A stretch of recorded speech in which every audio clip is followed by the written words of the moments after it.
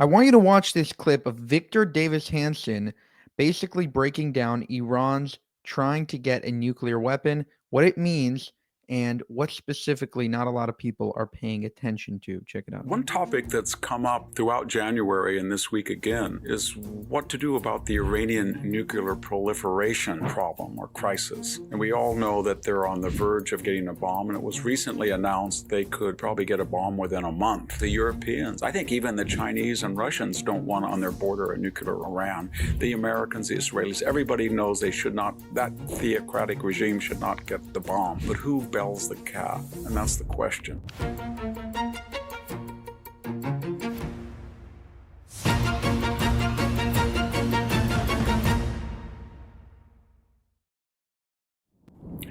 Hello, this is Victor Davis Hanson for the Daily Signal. One topic that's come up throughout January and this week again is what to do about the Iranian nuclear proliferation problem or crisis. And we all know that they're on the verge of getting a bomb, and it was recently announced they have enough fissionable material if they were to accelerate their processing of fissionable material, they could probably get a bomb within a month.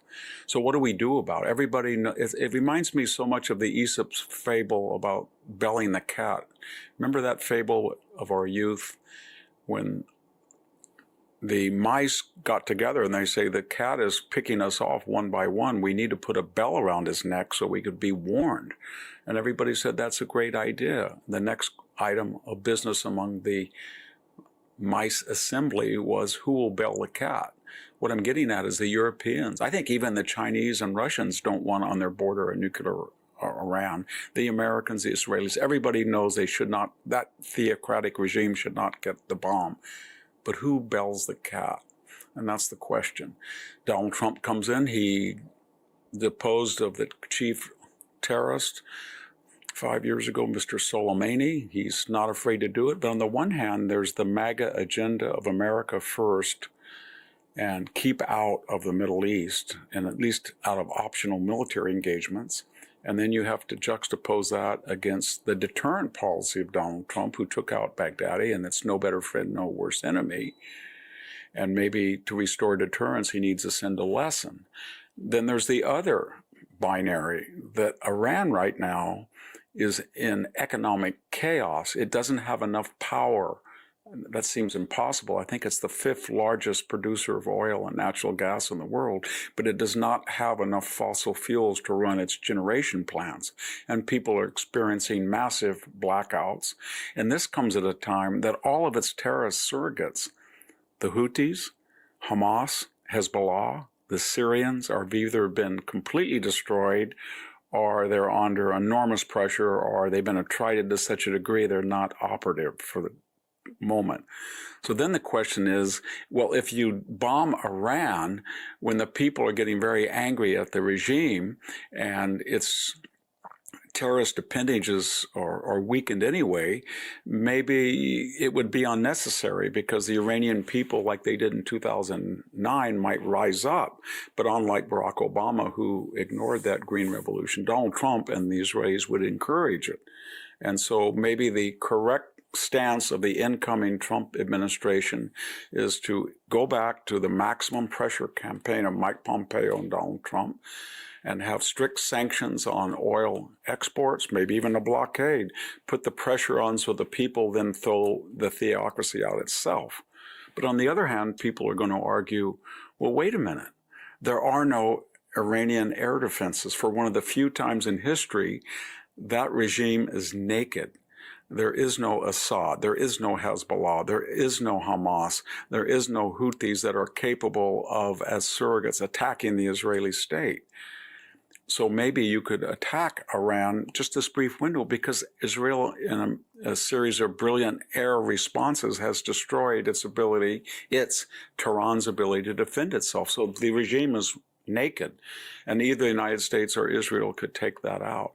So that's another argument. In the case of Israel, the question is, will you ever have this opportunity again to retaliate to the 500 drones, ballistic missiles, and cruise missiles that were launched that attacked the Jewish homeland? And is that window also, that window of memory, is that also evaporating? So people were forgetting what Iran did, that it sent that many projectiles against Israel. So would Israel be able then, A, to get through the defenses, have a week of bombing that would be necessary to eliminate the threat, and have the Trump administration approve it?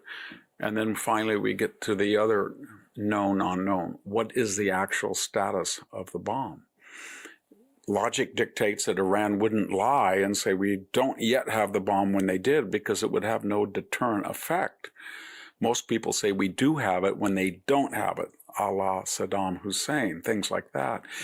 So, but Israel can't be sure, and you have to be 99.99 sure, or you're talking about an existential fate.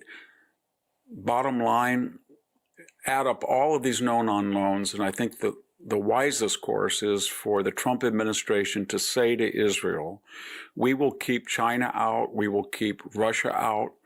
It's your decision, but unlike the Biden administration, we put no limitations on your response, and we will give you the necessary wherewithal as far as munitions and intelligence to carry that mission out, if you so choose. We are working on a parallel path of embargoes, maximum pressure on Iran, but we can't guarantee that it will be successful in time. You make the decision, and whatever decision you make, we, the United States, will support it. Thank you very much. This is Victor Davis Hanson for the Daily Signal. All right. Very insightful there. I've said from the beginning, when Israel gets attacked, they should not go after the Houthis in Yemen, or, Hezbollah or Hamas in Gaza. Go after the head of the snake. There's no point in cutting off these little tentacles if, the head is still there, going to create more and more as you cut them off. Now, it's great to get rid of Hezbollah. It's great to get rid of Hamas. It's great to all these other things. But first, go after Iran. And the only real existential threat to Israel's security is an Iran nuke, is a nuclear Iran, and that is where the focus should lie.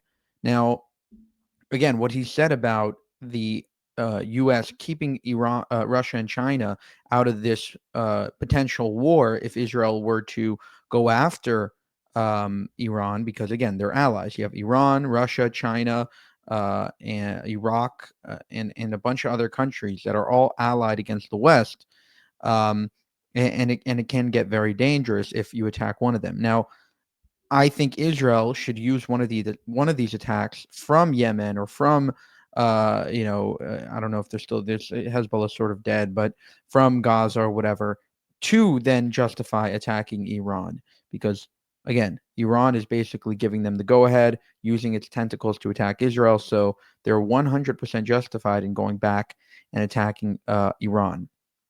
And I don't think that Russia and China want to get involved. Russia is already dealing with a war, and China is dealing with its problems with Taiwan.